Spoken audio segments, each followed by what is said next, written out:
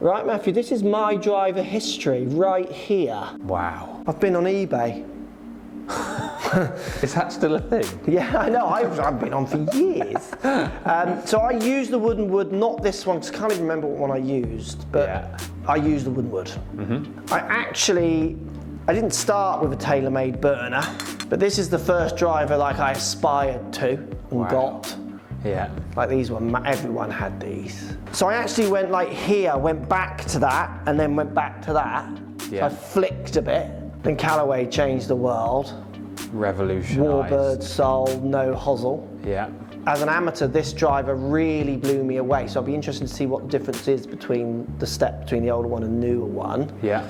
And then really I get thrown into the modern world where I have used other ones, but this is like, they're all very similar. So I'm going to chuck it up to my current driver. Yeah. So we're going to hit them all and see what the steps are like and what's actually happened to the driver world. Now there are other ones between here and here of different sizes, but I didn't really play golf for 4 years when I went to London and just coached full time, and I played, I think, like twice in that whole time. Yeah. So I kind of missed that area. I didn't really game anything there, because we'll do this with you maybe. If you want to see Matt's driver history, post comments down below, because you didn't start down here, did you? You started kind of up here more. Yeah. So you've got more in this gap, which would be quite fun to do. Yeah, yeah. Should we see what happens? Wonder where the changes will be. Let's see. So we're going to start here with the wooden one. Oh, I've hit the ground. Oh dear. So the problem with this is I'm a hit upper. Yeah. And I can't hit up, teed up that low. I need to tee it up higher, and except that I might slam the roof, or I need to think about what I'm doing. So do you think that your techniques changed over the years too? No, because I remember teeing this up quite high. You did, I didn't use this for long. There's a yellow tee, that'll be higher. Yeah, I think, what I think is quite interesting instantly is that everyone talks about like the distance report, people hitting further. Mm-hmm. The fact that you tee them up so high and it's natural instantly makes it easier for me to hit up, and I'm probably gaining 10, 15 yards purely because it's allowing me to, where this one's not allowing me to as much. So just that like technique alone and understanding that is a massive difference, isn't it? Yeah.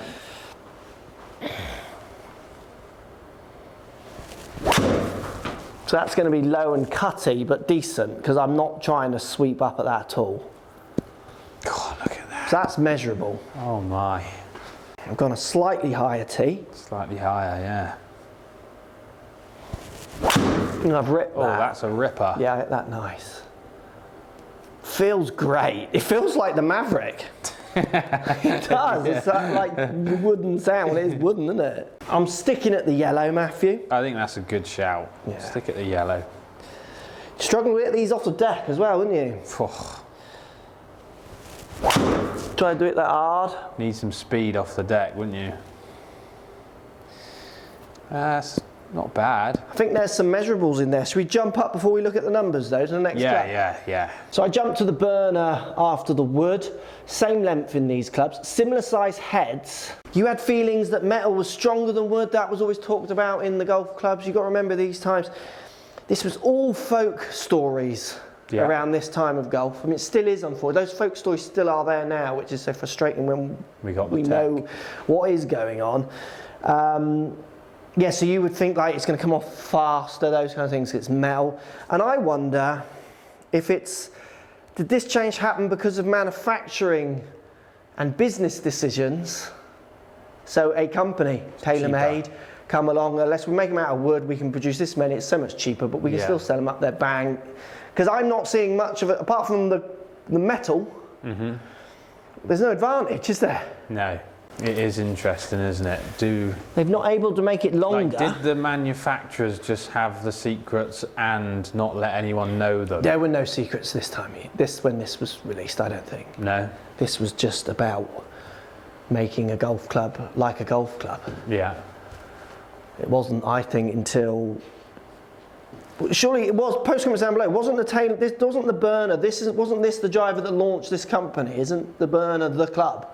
Like before this club, there wasn't Taylormade.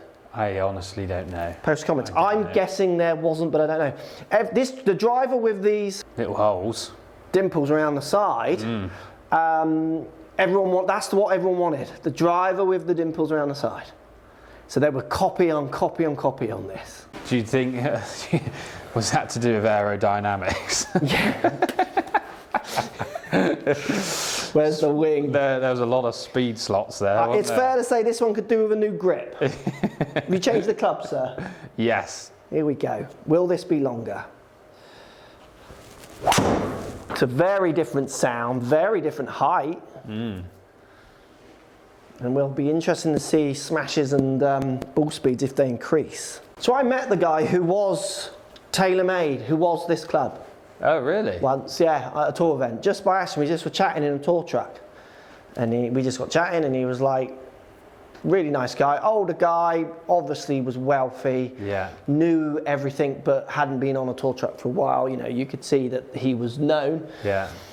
And we just started chatting, he asked what I did and what I was doing. I said, you know, what are you doing? He said, I used to own Taylormade. I said, oh, that's interesting. I said, cool. He said, I think he said I started it. I think that's what he said, if he didn't. And I said, oh, what? Like what era, like what club? He said, you know, remember the old burner, the original, that was I did it then. Wow. Yeah. He was such a cool guy. Yeah, yeah. He was a business mind. Talking to him, you know, he was a businessman. Yes, I instantly feel like this is coming off faster. Louder, isn't it? Well, that's the thing, and that's why they play with acoustics nowadays. Yeah. It feels. Yeah. That's a high toe. Be interesting to see. That's my normal miss. Right near the outsides of the club, and that's done well. Look at that. Yeah.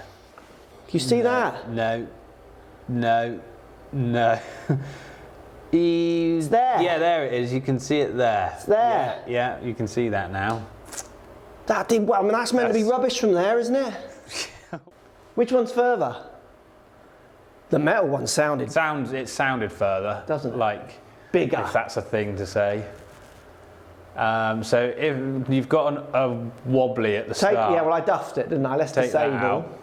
229, 230. And then look at the spins, 2.8 to 2.5. Launching. Higher the burner compared to the wood. Ball speed lower. Yeah. Wow, that's interesting, isn't it? So, see, I think it's manufacturing. What's happening is they're going, we can build clubs that fit into some launch windows, but the wooden ones, maybe we're a little stuck.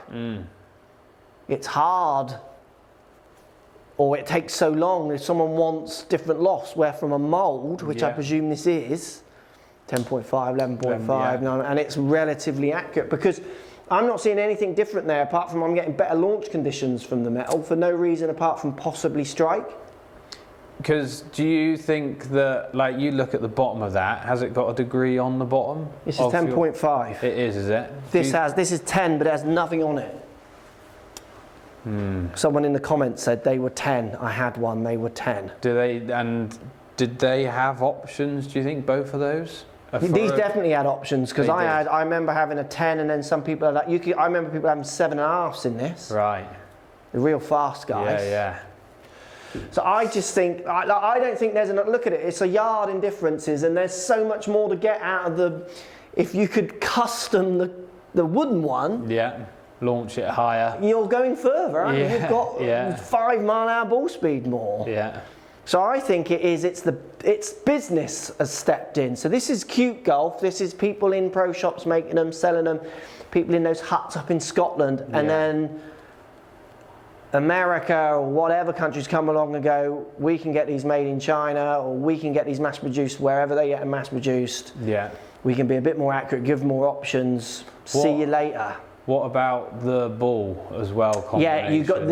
This would have been crossing over even small ball to big ball, if I remember correctly. Dunlop 65. This was all pre Pro V as well. Yeah. Because I didn't play Pro V until that club. Yeah. All the ones prior to that, I was using Bellatas, because I went away again, didn't play. So I wonder if that would make a difference. Yeah, as in if you put these with the older ball. Yeah. Don't know. I don't know. But it was interesting for me to get the launch up with this wooden one. I felt a little less capable of doing it, but you know, give me another go at it. Well, let me hit a couple more wooden ones from the higher tee. Bit toey, but let's look at that, because that should do all right. It's up there, higher. You see, that's the longest one. Yeah. So we stepped back? Thinking that you were progressing. But we actually went back, apart from we had options. Just look at that one. That isn't a great strike, and that's the longest. So look at the launch now, 16 here at the bottom. Yeah. And now 237. 1-6 spin, 237. It's my longest. Longest, yeah. Because yeah, in those eras, is it just the best golfer does win? Because you haven't got the options. Yeah. Yeah, because you just got to get on with life. Yeah, you just got to manipulate that club to good make point, it max. good point. That's so interesting. Callaway Big Bertha neck, so we lose the neck. Gone. That weight goes and they redistribute it. So we started having taglines. This didn't really come with any taglines, good players were just using it. Yeah. And we have a noticeable shift in head size. Size bigger, isn't it? And then we do get like designs on the bottom here. Look at the shape, the warbird sole, which gives you more taglines, basically. Definitely aerodynamic, that. And it's not just that, it was like you could get it, I could hit these from the deck. I remember not having any problem getting that bit thing, like I could hit it from the deck. It gave me so many more options. And with the bigger head, this is the big thing that starts happening. We are now allowed more length. Yeah. Because they're working out that you put more length on that, people start missing it. With this, they've got it. Yeah. The big crossover with this was I went this driver but had an old-fashioned freewood, and it became a situation. I pick my freewood up and just don't want to hit it. Yeah, yeah. So it made you bleed through them all. Because also, like, you look at the shafts, like, you've got steel shaft to graphite as well now, haven't you? Yeah, yeah, yeah. Like, that must be that's now what, 50 grams lighter? Yeah, no test to do, there's going to be a shift here, I would think. Let's see. There was a driver before this one, but this is Eli at his best. Like this was Tesla changing. Yeah. Because the price changed. Like this was shocking price. Yeah, this was like 200 quid, where you were buying drivers for 40 quid. Yeah. Like there was only one pro shop in Devon that stopped this. It was James, my old boss, because he could see ahead a bit more. Yeah. And he got a lot of business because he realised there was a lot of people with money in golf who were prepared to spend for the best. Yeah. And everyone else went, I'm buying that, too expensive. Yeah. Very different sound. And this does feel like it's going to be a step forwards. And you do have real design here. They lose this H2, whatever there it is. It was called the S2H2 hosel. I can't remember what it stood for. Basically, they just took this away. Yeah.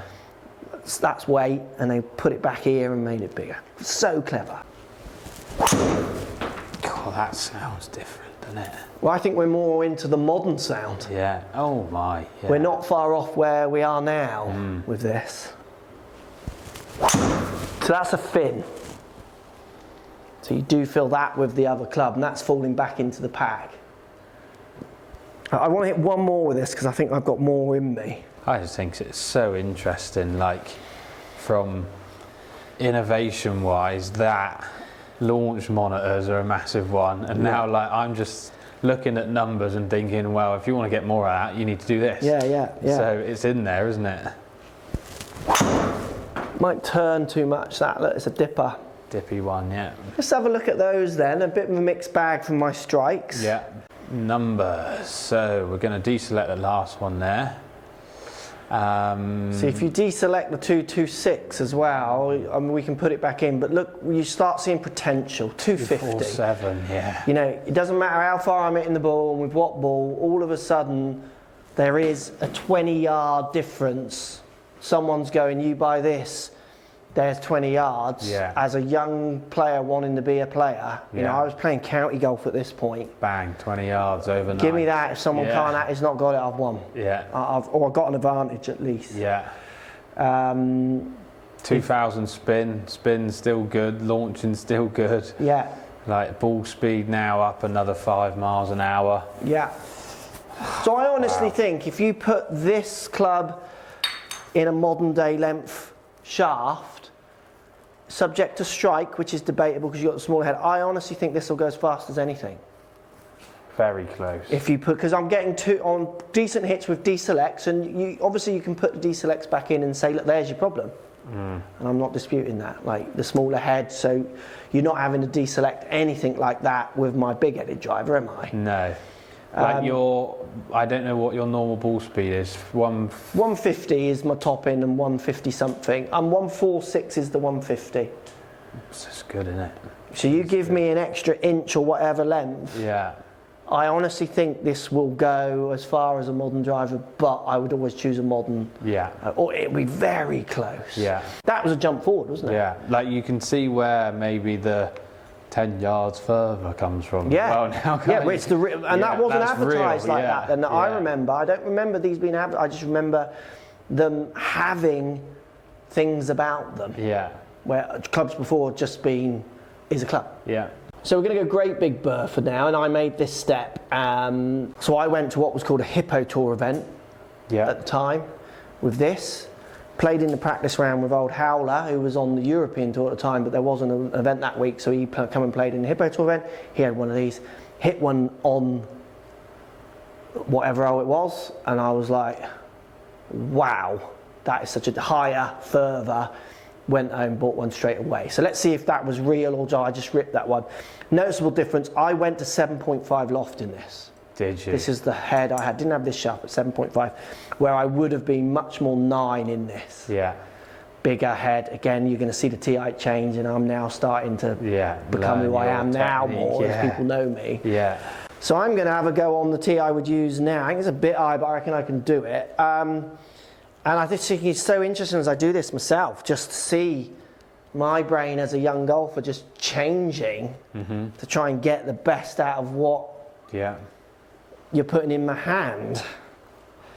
Will it be a difference?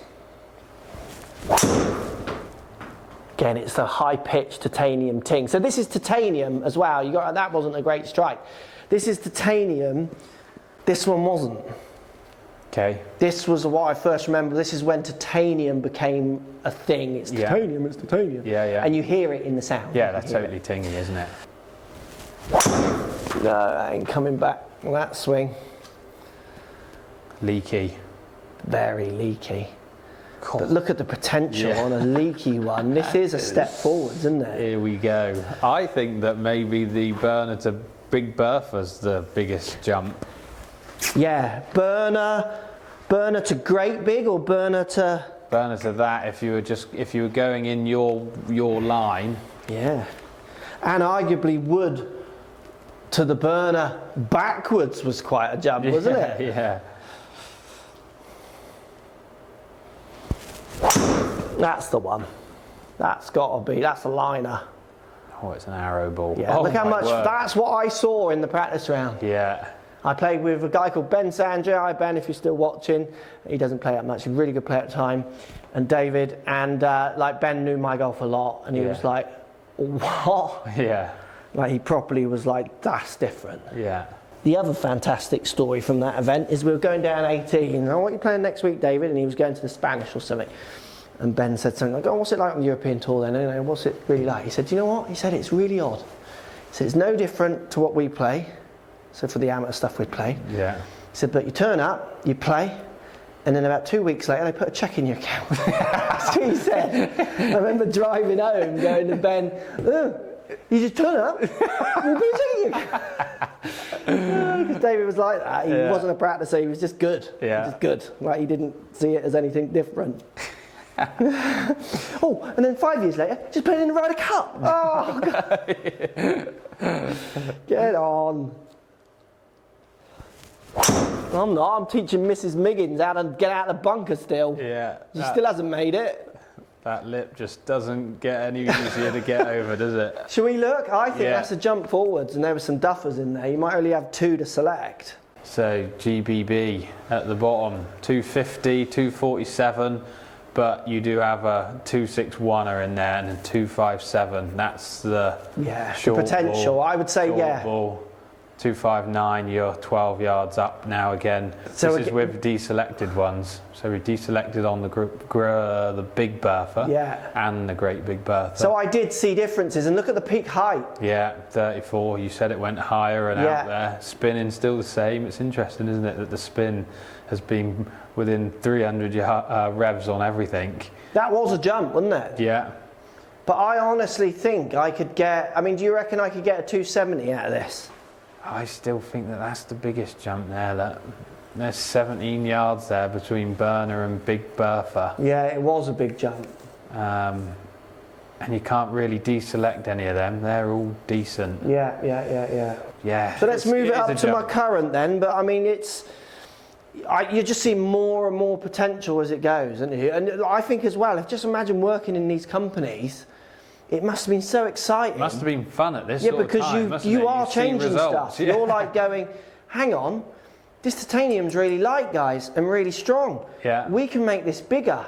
And then someone else is going, yeah, but that'll just slow them down because there'll be more drag. Yeah. But it won't, because it's lighter, it's bigger, we can make it longer. And do it. Whereas now it's like, who's got the best marketing line? Well, now it's literally, let's think of a strap line and release a club, isn't it? Yeah. So we know what, we're going to hit one or two with my one just to move it up to current day for me.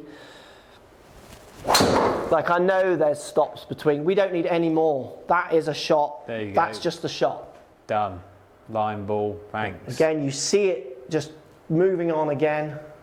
266. Yeah. From 259. Not as big a step, but again, spin 2-1, launching slightly higher, ball speed similar. I honestly think that Burner to Big Bertha was a big jump, wasn't it? A big jump. And that's why that company, like I said, Big Bertha, they went massive. Yeah. It was you have that or not, and then I think Ping were like starting to fall off at that point because they had their quiet time, or it might have been a bit later, and they just literally like crushed TM and people like that. That was so much good fun. You can see it stepping through the ages, and the other thing that you really see here, it's just the potential increase. Look. Yeah. It's like rock formations, isn't it? You know, like a geologist, it's like you can just see the formations of design coming through. Those two, I think it was about business. Yeah. More than anything else. It was making a business out of something that was probably quite cottage at the time, dotted everywhere, not really like centralised with a main person who could really handle it. Golf was growing as well. Mm-hmm. People were coming into golf, so like this isn't going to sustain the people who might be coming, like again looking forwards. And then I think this is someone came along who just had real design and desire to push it. Yeah. They were business, this went, and nothing's really changed, has it? Do they push anything now?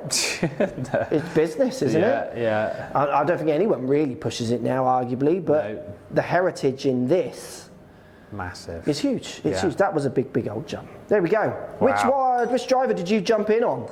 Like, and I think there's a lot of our audience who have jumped in here. Absolutely. So they're not they're not seeing progressions or understanding how it did change possibly. But let me know in the comments down below, where did you start along? And I don't mean what manufacturer, could be any version of this.